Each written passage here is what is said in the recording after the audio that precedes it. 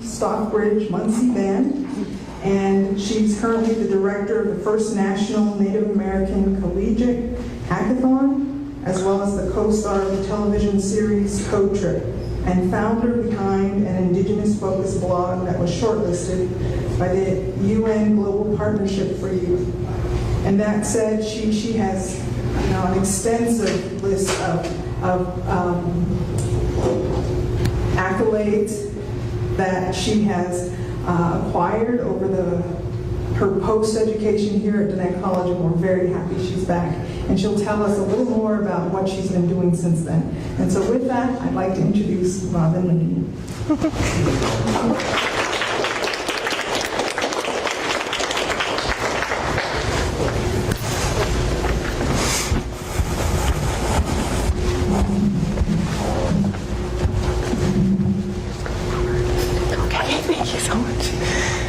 So, yate, guess, Robin Maxkii Yunishe, Mahatlane Nishle, Stockbridge, Bashachin, Mahatlane Dashinale, Stockbridge, Dashache. So, I'm Stockbridge, bear with me, but I am a graduate of Diné College, so I was going to attempt. My name is Robin Maxkii. I was a 2014 graduate of Diné College, former student body president here, and I love the campus so much. My time here was really special to me and really important. I went on to attend Tsaile College, another tribal college, and graduated from that, and right now I'm living in DC and working as a science writer. One of the things I wanted to talk about, and one of the things that was so important to me and that Diné College really supported, were my failures. And I mean this in the sense that while I was in school, I was allowed to pursue a lot of things. There were access to resources that I didn't have prior. And suddenly I was able to explore options in different majors. And I mean fails on a small scale and fails on a larger scale. I was able to, at one point I was a mathematics major. There was failure in that, and I moved to another. I found what I was good at, and that was one of the things the school was great at. I think it's about, a lot of this is about redefining how we view failure in general. Oftentimes we're told failure is the worst, avoid it at all costs, let's just win. And that takes away the opportunity to learn so much. From all the opportunities I had here where I didn't succeed at things, I was able to learn ways that I could go about something.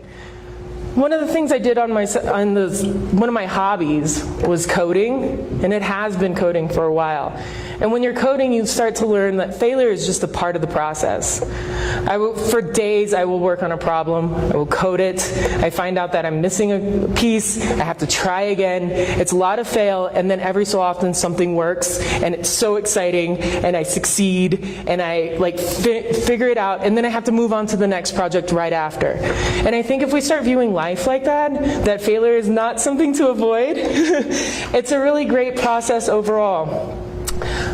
So coming here, I guess there were a couple of things I wanted to share, and I don't have a proper PowerPoint presentation, and I want this to be more of a conversation, so if you guys have questions, feel free to ask. But I also kind of wanted to share how I was able to do some of these things. I was able, again, at Diné College, I was able to be student body president, which allowed me to suddenly organize stuff and lead things. And what a cool experience that was, because not all the things we led worked. There was this fry bread incident that ended up in the Navajo Times with the title, "The Sweet Taste of Failure," which I'm still very, very proud of. But this was an attempt to break the Guinness World Record. We had a 253 pound of, I guess you could call it fry bread dough that did not make it out of the pan. But at the same time, we learned so much in the process. One thing, to make sure that we welded the bottom of the pan correctly in the future, and to make sure that we knew how to get it out of the pan.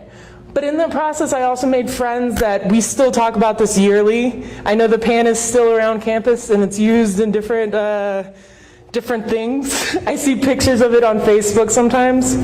But that helped me learn so much, and the fact that people were so supportive of it. Afterwards, I was like, oh, I've let down the school. And people were like, this was one of the coolest things I got to do. What a feeling that was, and that is a feeling that all of you guys should be entitled to feel, and know that you should feel that people support you in the things that you do.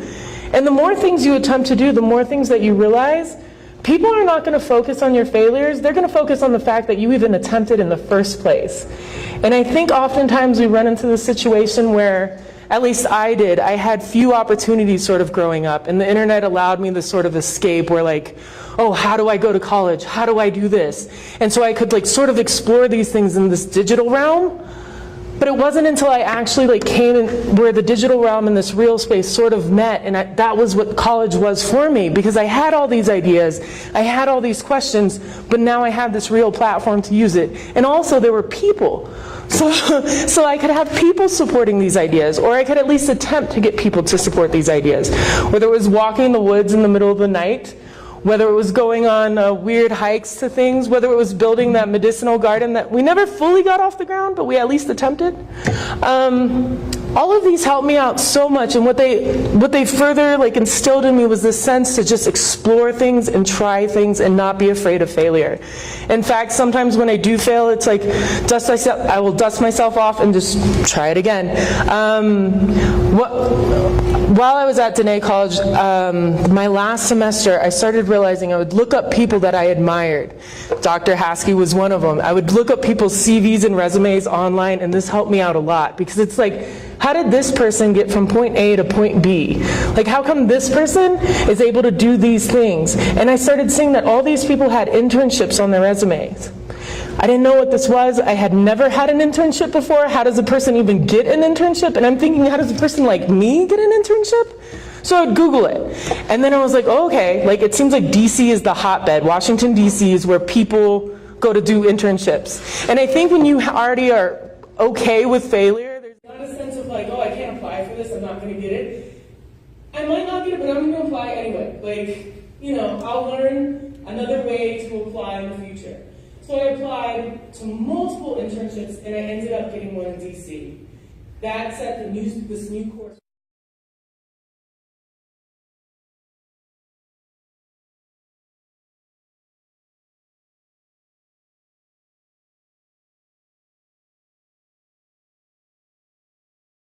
College, and I'm Stockbridge.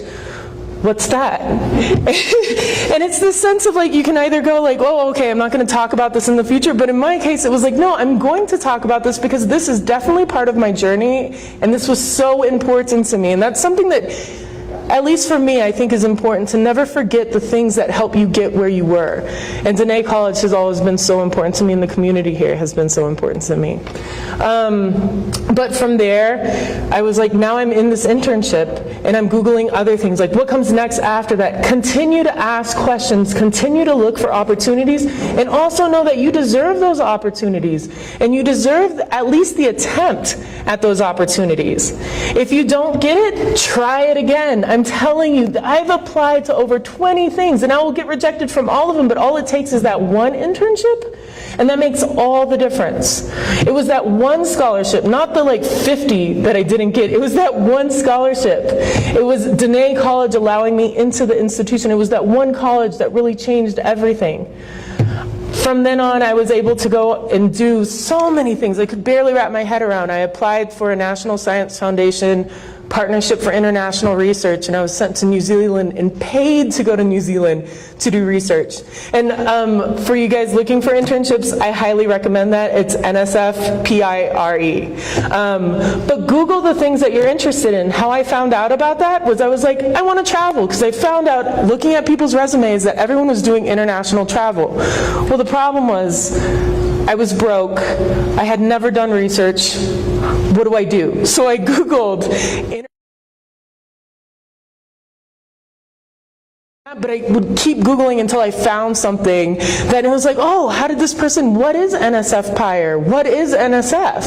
And then you start, it's just about going through the process. There's nothing wrong with not knowing something. Every day there's things I don't know. I clearly don't know how to properly introduce myself, but I continue trying, and that's what matters. And that's the great thing about having access to resources, whether it's in college or online, because you can continue asking these questions. There's no dumb question. There's no opportunity that you're not allowed to at least try for. And when you start seeing all the other people who try for these and get them, and you're like, hey, wait, if they're doing that, I can too. And if you don't believe that, Well, really should. Because if I could get that opportunity, and I wasn't a 4.0 student by any measure, but I was a very curious student, and I had a very supportive group around me who allowed me to pursue these things. When it came to at a certain point you start realizing I've had all these opportunities, but it would get frustrating because all of these opportunities were off the reservation. And I'd run into this problem where it was a lot of, oh, you got to leave the reservation to get opportunities.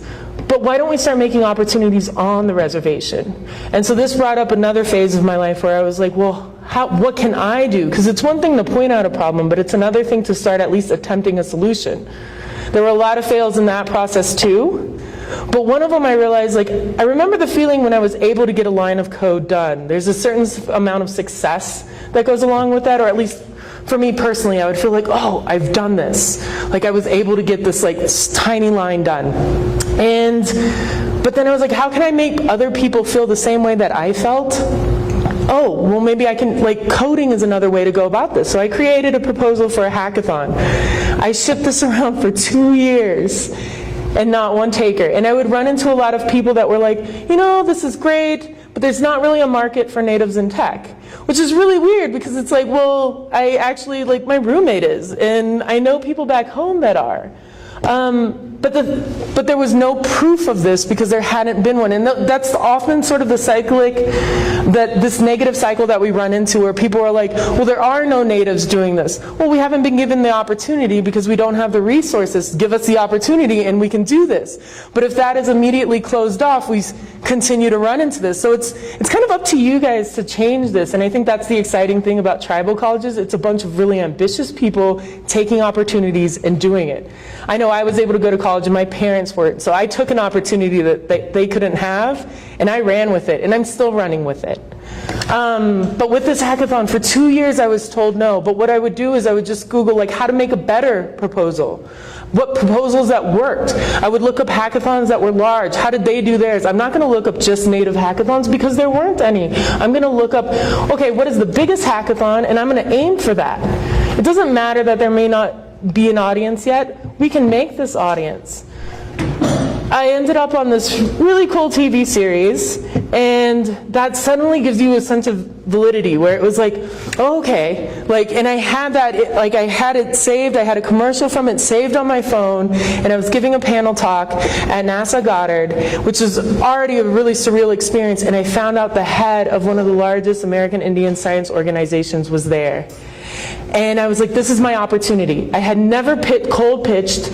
I had heard of elevator pitches, but I was when will I ever run into her again? And I knew she could laugh at me, she could tell me no, but I had heard no so many times it didn't matter. So I went up to her and I was look, this is very weird, but I have this proposal for a hackathon. I think we can do this.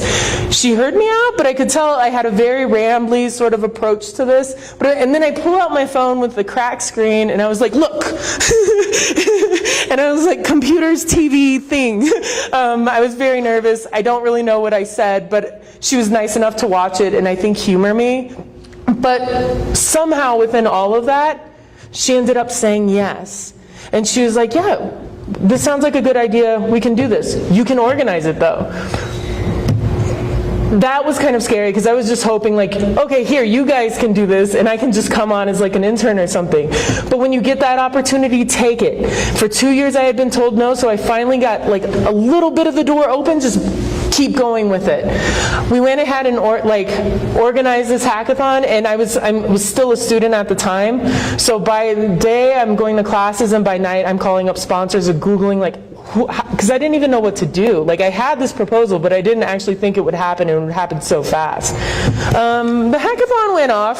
I learned a lot of things from it, and the great thing about it was well, what comes next? Because while doing this, I realized oh, it was actually, because I asked friends, I was how come you didn't show up to the hackathon? And they were well, because I'm not a hacker.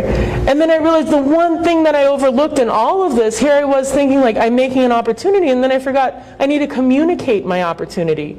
The term hacking itself and hackathon turned away people even before they read the rest of the proposal. And there was free food there. There were other things they could have done, but it was, no, hackathon, I want no part of this, it sounds illegal. And I was like, oh, I have not done my part in explaining what hacking is and a hackathon is. And then the more people I talk to, and that's the great thing about getting feedback and criticism. Criticism can really help you sometimes. And that isn't to say, don't take in all the criticism. There'll be a lot of people who say, don't dream big, don't do this. I'm not talking about that, but I'm talking about when people are like, I didn't like this. This was awful. Listen to what they're saying and take it in and figure out how can we make it another way. Or maybe it's about really believing in what you're doing. And so with this, I found out that a lot of people, especially Native Americans, do not view themselves as hackers. And the weirdest thing about that is I feel hacking is such a part of our mentality, of most communities with either, not to say that all Native communities have limited resources, but a lot of us who didn't grow up with like banks of computers that we could access and libraries open 24 hours down the road or things like this, a lot of us make do with limited resources, and that is the very basis of hacking. It doesn't necessarily equate to just being on a computer or doing this. It's about making something out of nothing. And that is something a lot of us can do really, really well. And so then I started realizing, well, I need to work on communicating this better. And how do I get people to understand this? Because that is one of the biggest barriers. Oftentimes people will see something and say, well, I can't do that because it says this. And it's like, but you're already doing it. You might not have this like polished title next to your name, but you're already doing the work that somebody else was born into, or somebody else, they were told since birth that I can do this because I am this. And sometimes we don't have those role models who tell us that, or we do, but we don't know how to bridge that gap, and there's nothing wrong with that. It's about figuring out how to do that. And that's where I say explore what you're interested in. Don't be afraid to Google it. Don't be afraid to search for it. Don't be afraid to say, like, you know what? I want to take this complete pivot. I'm in astronomy and suddenly I want to be in, I don't know, like social and behavioral science or something like this. Just a complete pivot. But these things are okay because they're learning processes, and you can continue changing your mind, but it's about, if you're going to do it well and continue pushing forward, I guess. And I think now, if anyone has any questions, otherwise I will talk about different ways to like utilize searching for things. Does anyone have any questions? Okay. So when you're searching for opportunities, one of the things to remember is don't just search for blank internship. Don't just search for physics internship. Don't just search for biology internship. It's also remember that you can search for things like, in quotation, search for stuff like, I was in this internship, quotation. And the reason why you're doing that, that means it's probably coming from somebody who wrote a blog. So it's probably coming from somebody who wrote a whole piece about their experience. So that gives you an inroad. And the great thing about the internet is you can reach out to them. They wrote a blog about it, try and connect with them. The worst that they can do is not read your message. They're not going to like come through the screen and laugh in your face and say like, who do you think you are asking me this question? That never happens. In fact, I still get incredibly excited when people ask me questions online. Like, it is a great feeling. But the other things are, start thinking sort of outside the box and how can you approach this? You want to find people who've already gotten a leg in and sort of follow that. And if you can't find somebody who's done that, you can be that person. There's no internship that you can't get, and there's no fellowship that you can't get. It's about figuring out what is the process and what is the road that they went to. So if you have a question about that, if you're like, well, I want this fellowship, but I don't know, the application says CV, find out what a CV is. I've Googled what's a CV so many times. When I first started before college, I remember I needed resumes, and I didn't have any sort of I didn't know how to create a proper resume, and I was in a really weird industry. So I made a fake post for a fake job online. I'm not saying this is ethical, but this is what I did because I didn't know anyone in my family working in it. I didn't know anyone personally. I made a fake post on Craigslist for this job just so I could get people's resumes so I could see how they formatted it. I'm not saying it's the best, but I came up with a fix when I needed it. And that's the sort of the mentality that has pushed me forward to get into things. And oftentimes I find myself in situations now that it's so surreal that, that I can't even process what's going on. Another time, I remember I had the opportunity, I was interning with National Science Foundation, And we would go to Office of Science and Tech policy meetings, and they're like, we need somebody to take notes. You can go.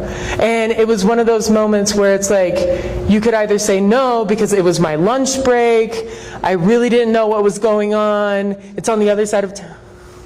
It's on the other side of town, but I didn't know exactly what to, but I took it because that meant I could get into the White House. So I got in, and what an experience that was on its own. But then there's been other times where you also have to sort of, not just pick your battles, but figure out what you're standing on and what you actually want to do. Because there's going to come a point, it might seem weird now, but there's going to come a point where you're going to suddenly start getting multiple opportunities, and then you're going to actually have to pick from those. Because I went from just desperately wanting one opportunity to now suddenly having a bunch and having to be the one to pick. And I don't know about you, but for somebody who came from like limited opportunity, getting just one made me feel so grateful and so loyal that sometimes I would stay loyal to things that weren't necessarily the greatest. Maybe I didn't want to pursue this industry, but I felt like, oh, this industry had been so great to me, and I already kind of know it, and I don't really want to start over again. But no, do not be afraid to fail in another industry. And it's like, well, I don't want to start over again as an intern. There's nothing wrong with being an intern. I may be biased because I'm currently interning, but it is the greatest thing to explore stuff and realize that, hey, I'm also capable of doing this, and I can do this, and you can always go back later on. I want to go back to that when I said to sort of focus on what you're interested in. There'll come points when you get all these opportunities, and then you have to make big decisions. I got invited to the White House at the same time that I was also going to be doing a presentation in a local town out in Missoula about blood quantum. The White House was an amazing opportunity, but blood quantum has been an issue, and for those of you who knew me when I attended Diné College, had to hear about this all the time. Blood quantum has meant a lot to me. It's something I feel passionate about, and here's my opportunity to speak about it. Maybe to 15 people, maybe to 5 people, it didn't matter. These were people who were actively showing up for a presentation on blood quantum. I went to that, and I do not regret it by any measure, because I learned a lot from that.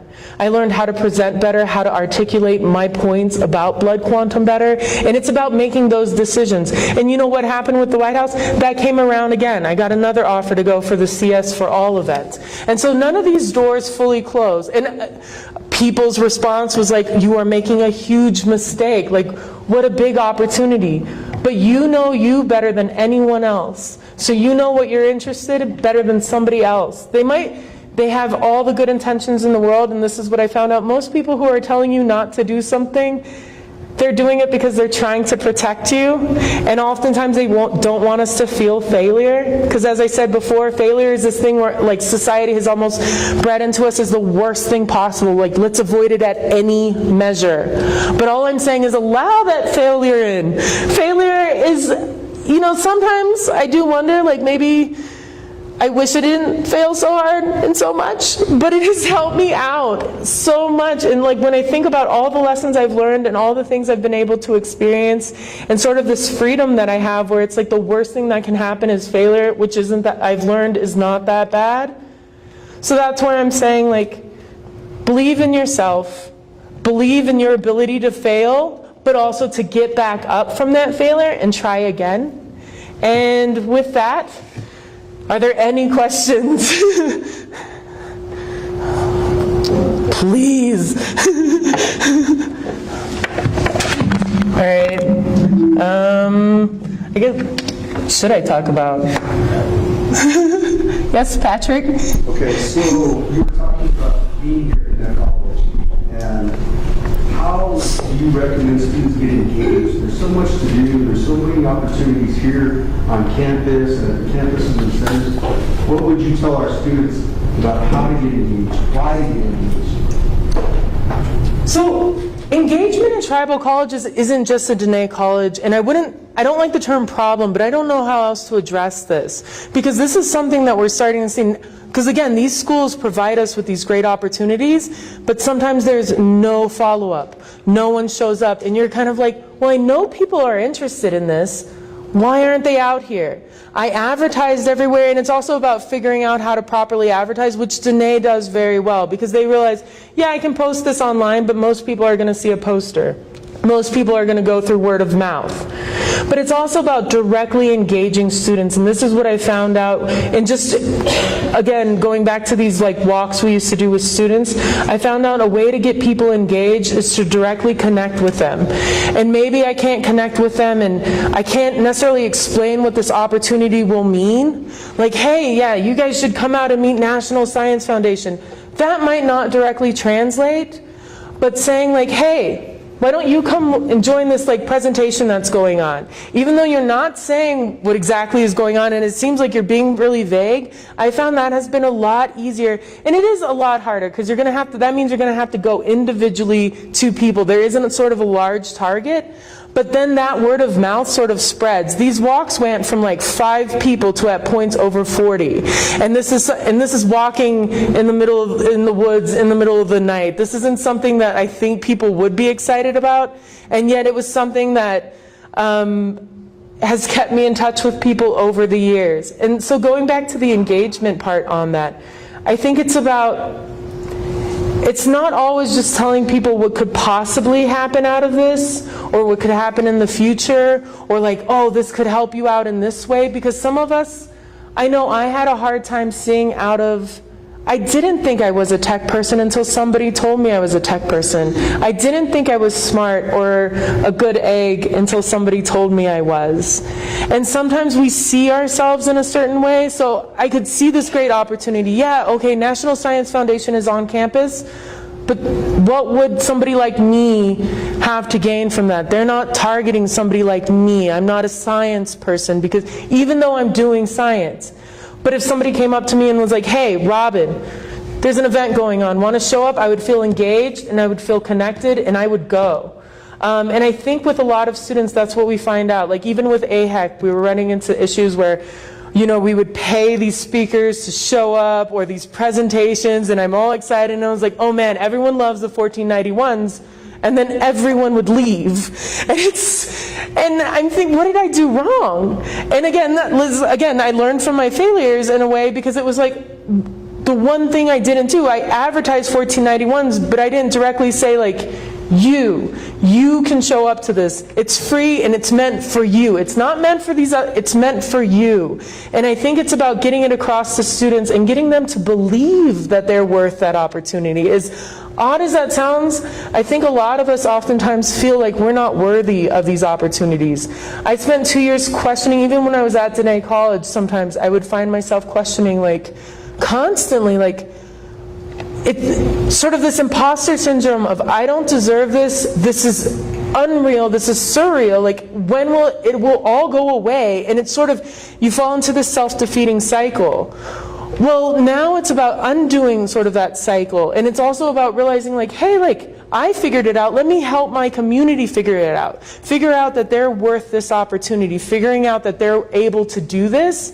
And again, I don't know if there's one quick fix, but what I found is about directly connecting with people and letting them know at the base of it, no matter what the opportunity is, that it's for them and you want their involvement. Because that's the other thing. Sometimes it's like, okay, like I know that's for me, but no one really wants me there. They mean those other kind of students.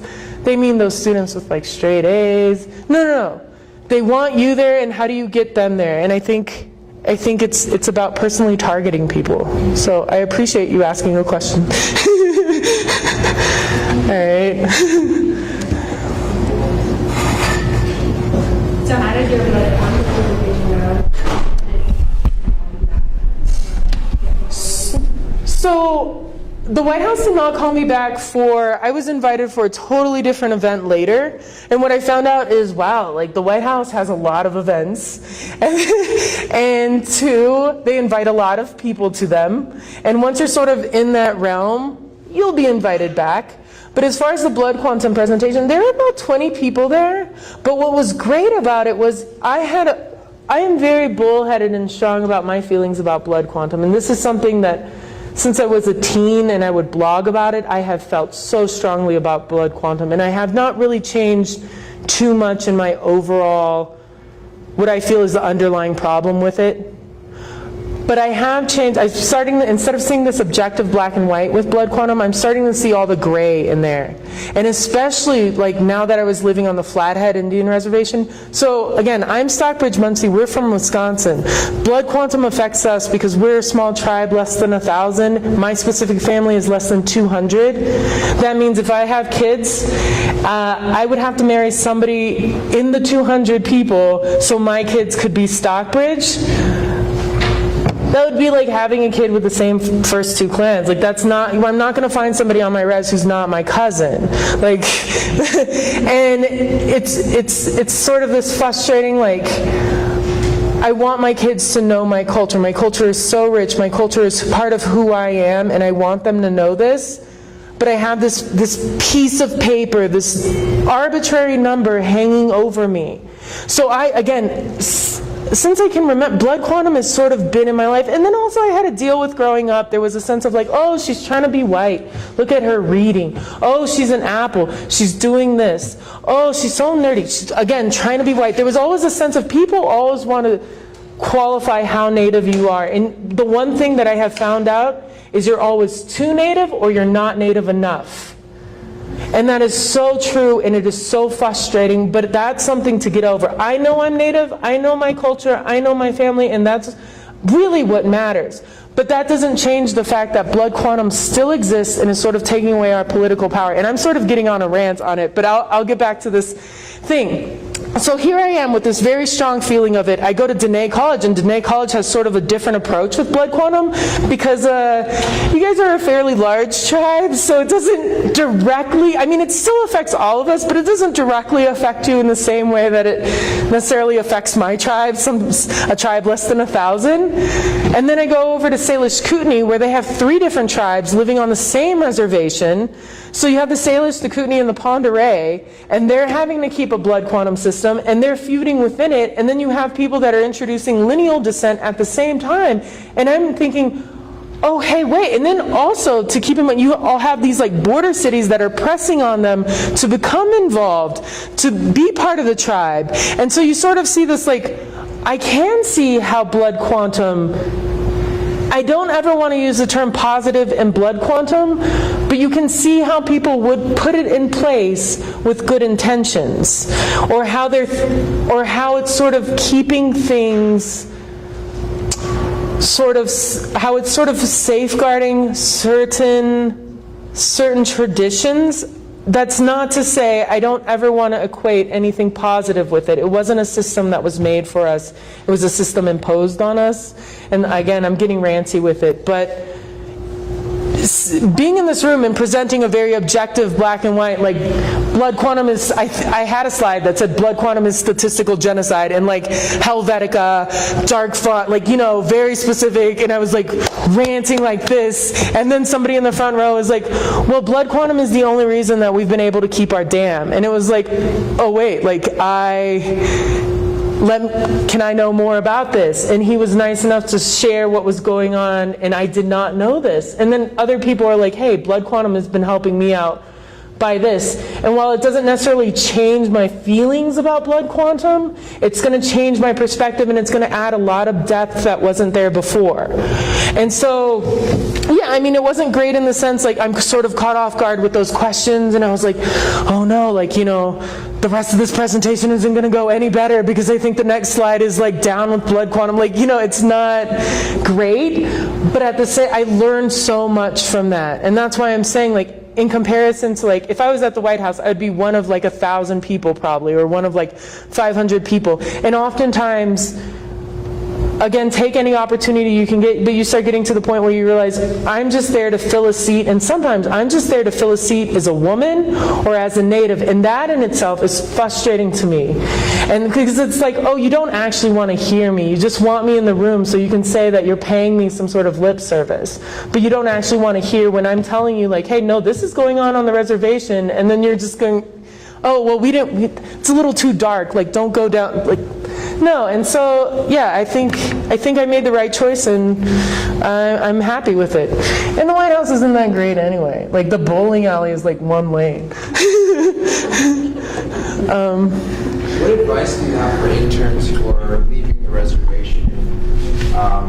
will counter racism and sexism, because I think that's one of the things that I've noticed working here is that they kind of come back and they're like, oh wow, I didn't realize how subtle or how overt it was. You know, do you have any advice for anybody leaving the res to experience that? Yes, and I really love that question because this is something I find myself sometimes once a week crying in the bathroom, and it's like, okay, like I'm not saying this is a healthy way to deal with it. One of the things to know is you are not alone in this.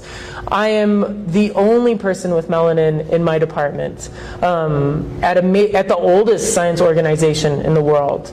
I am the only person in that department. And then out of the interns this summer, I was the only person. And that's not the only person who's Native, that's just the only minority in this.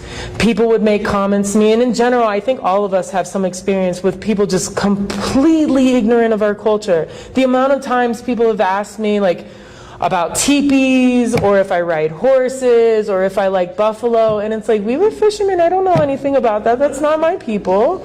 Or like the amount of times people will just equate us all together, or like if I refuse a drink at a bar and somebody's like, oh, because you're Native? No, because like I don't know what you put in it. Like, you can't do things with this sort of like, this racist stereotype following you. But what you can do is you can hold your, I've found that the more privileged you are, the better the adjectives that are ascribed to you. I went from being weird to now well, I'm still weird, but sometimes people will call me unique. Or like, instead of just saying, oh, that tall, like big girl, sometimes they'll say statuesque if they're being nice. And one of the other things that happens is when I call people out, like when I'll say, hey, like you can't ask me that. You have a PhD and you're asking me if I like live in a teepee? Or something like that, and then, you know, that's abrasive or that's confrontational, and maybe it is. But now people will say, oh, well, you know, she's pretty stubborn. Perhaps behind my face they continue like saying all, but it's about knowing who you are, realizing that what you're doing is so important. Yeah, you're interning off the rest, but that in itself is so important because we have to start, I'm not saying we have to necessarily start leaving the res immediately, because you leave and you come back. Again, it's about creating opportunities back on the res, but it's a sense of like, okay, this may happen, this doesn't define me, this is their ignorance about me, but by being me and by not sort of giving way to like how they want, because I run into this thing where people are like, oh, you're Native, you're not what I expected because I'm not wearing, I don't look like Pocahontas, who's a cartoon character, or I don't have a headdress, which isn't my tribe, because I don't do these sort of things, somehow I'm less Native, or because I'm wearing a suit. They expect me to go to the White House in some sort of leather beadwork, and it's like, well, no, I'm Native no matter what I do, like, and I think it's about knowing that, and again, there isn't a cure-all, there isn't like one slogan that I found works. That most people, they can say the most racist, stereotypical things, but oftentimes, and again, this puts a lot of burden and responsibility on you that you don't have to take on. It is your right not to take on, but sometimes I found out, okay, like maybe I can address this sort of, and maybe it can trickle down from them. Again, I don't personally sort of buy that. I feel like somebody's ignorance isn't necessarily my responsibility. I can try it on a large scale, but you're going to find that there's a lot of causes that you believe in. There's a lot of things that you're going to want to do, and you can't do it all. And so when it comes to that, I stand my ground by going to work every day and keeping my, I don't have to wear my earrings. I don't have to wear like any like objective signifier that I'm a Native, but by just being in that room, I'm a Native woman and I'm doing my job well, and what they're doing is a reflection of their ignorance, and I'm not going to pretend like it's not. But also know that you're not alone in this. I have friends, in fact, one of them showed up yesterday on campus and we met in DC, and it was one of those moments where I was at Old Navy, but I happened to be wearing earrings that I got here as a gift, and she comes up to me and she's like, are you Diné? And I was like, no. And then she was like, oh, and then I was like, no, I'm Native though. And then like we started talking, we hung out, and we were so attached all summer because it was a sense of like, okay, you get it, it's so frustrating, but we can't often talk about it because there are these little microaggressions. Yeah, they might not come right out and say, oh, you're just an alcoholic, but they'll say things that chip away at it. Or they seem surprised when somebody tells you, oh, you speak really well for a native. No, just say I speak really well. Like, by saying this, that's a microaggression right there, and that's not okay. If somebody starts making you feel uncomfortable about that, know that that's a reflection on them and their sort of ignorant beliefs about how brown people, or how like people who they've never been around, are supposed to speak. I don't know if that, again, because there is no magic like solution to that, but there is, it has helped me out to know that I'm not alone. And that, yeah, I might be the only native all summer out here, but I'm going to come back, I'm going to tell people, and I'm going to go back out there. They're going to have to see my face again every summer. And this has thrown people off. Like, I will show up every summer again in the same place. Sometimes I have no business there. There was the Farm Bill going on this summer, and every so often, like, I would be in town when the Farm Bill, and the thing with the Farm Bill is it directly affected us. Anything that directly affects natives, if you're in DC, I recommend you go, because DC works for you, and that's something not to forget. The Senate works for you, and it's open. Yeah, they put all these things in place that make it seem like they're keeping us out of it, but no, you show up, and just by being there, that is so powerful, and that is something they cannot take from you. Yeah, again, I wish I had a magic slogan that makes it go away, but just know that that's something I still have to deal with, and that's something a lot of us do. But I don't know, this summer my roommates were Republicans. One of them was the head intern for Scalise. So this went over well when DACA was passing and no one knew what I was. But yeah, again, I appreciate the question. Any more questions? All right, I want to say a big thank you to Dr. Haskey for allowing me to come here. It was such a sort of last minute thing, and also Diné College for allowing me back. I was always worried because of that huge fry bread if I would ever be allowed back on this campus. The school has meant a lot to me. And also know that once you're in a tribal college, it doesn't matter if you haven't graduated yet, we're all sort of part of a team, and that's something that again, this goes back to the woman that I ran into in Old Navy. Yeah, I'm not Diné. And yeah, like, I don't know, she went to like NAU or some lesser school than Diné College. No, but like, yeah, we're not this, but we're both native. And so we both get it. Like, we're both going to experience certain things. And that means that if you guys have any questions, feel free to like ask those questions. I usually respond, I try to respond immediately. Sometimes it takes me a while. But just say like, hey, like even if you didn't ask a question today, but you're like, I really wanted to know more information about this, feel free to ask, because I feel like we're all part of the same sort of team. Like, the more natives that are out there doing this kind of stuff, sort of dispelling these stereotypes, showing people what a force we are, and we are a huge force. There's certain things that, when I say there's certain things that we know, it's sort of like we grow up sort of having to balance these like two worlds. And we grow up having to do this. And we know these methodologies that, yeah, Western science says it's this way, but working within science, I found out that this is so powerful because this isn't something that a lot of people can grasp. And this is something that I've taken for granted for years because it's just it's what my grandma taught me. It's what my parents taught me. Like, it's something that I know. And so, feel free to ask any questions. I'm on Twitter, not to like plug that, but what I mean is like you guys can reach out to my Twitter. It's just RMAXKII. But or also just ask your fellow. Don't be afraid. Don't be shy. Like, you see someone doing something cool and ask them. The worst that they can do is ignore you, and that means they're rude. Like, but yeah, just ask people. Just say like, hey, like, because you deserve the chance at that opportunity too. And they probably asked the question along the way and will remember what it was like. But I really appreciate that. And then also, I think they're all gone, but oh, well, thanks to Google for for everything. But yeah, thank you guys so much. And I just love being here. It's so amazing to see it. And this has changed so much. You guys are lucky. Now it's a fancy school. You guys have the fancy auditorium. But yeah, thank you guys. Yeah.